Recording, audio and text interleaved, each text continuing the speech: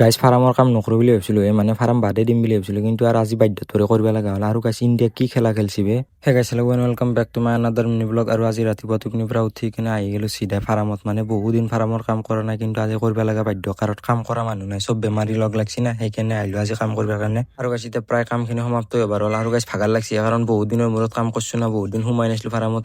আৰু গাইজ এতিয়া কাম চাম কৰি কিনে গা চা ধুইলোঁ আৰু এতিয়া নামাজখিনি পঢ়োঁ মানে দেৰি হৈ গ'ল মছজিদ নাযাওঁ আৰু এতিয়া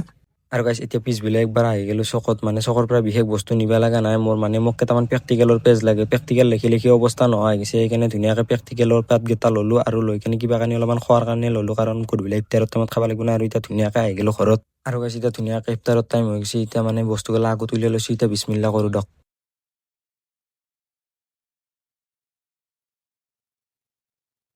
আৰু গাইজ এতিয়া খাই দিয়ে উঠি কিনে ধুনীয়াকৈ নামাজটো পঢ়ি ল'লোঁ আৰু নামাজটো পঢ়ি উঠি কিনে পুৰি আৰু চব্জি লৈ লৈছোঁ মানে এতিয়া বহুত ভোক লাগিছেতো সেইকাৰণে এতিয়া ধুনীয়াকৈ খাই দি লওঁ আৰু গাইজ খাই দিয়ে উঠি কিনে অলপমান খেলা চাব আছিলোঁ এতিয়া খেলা চাই আছোঁ বাপৰে কি মাৰি আছে ইণ্ডিয়াতো মাৰছি ইংলেণ্ডৰ গোটেই ধাৰাসাৰ মাৰি আছে একদম পিছে পিছে খেদি আছে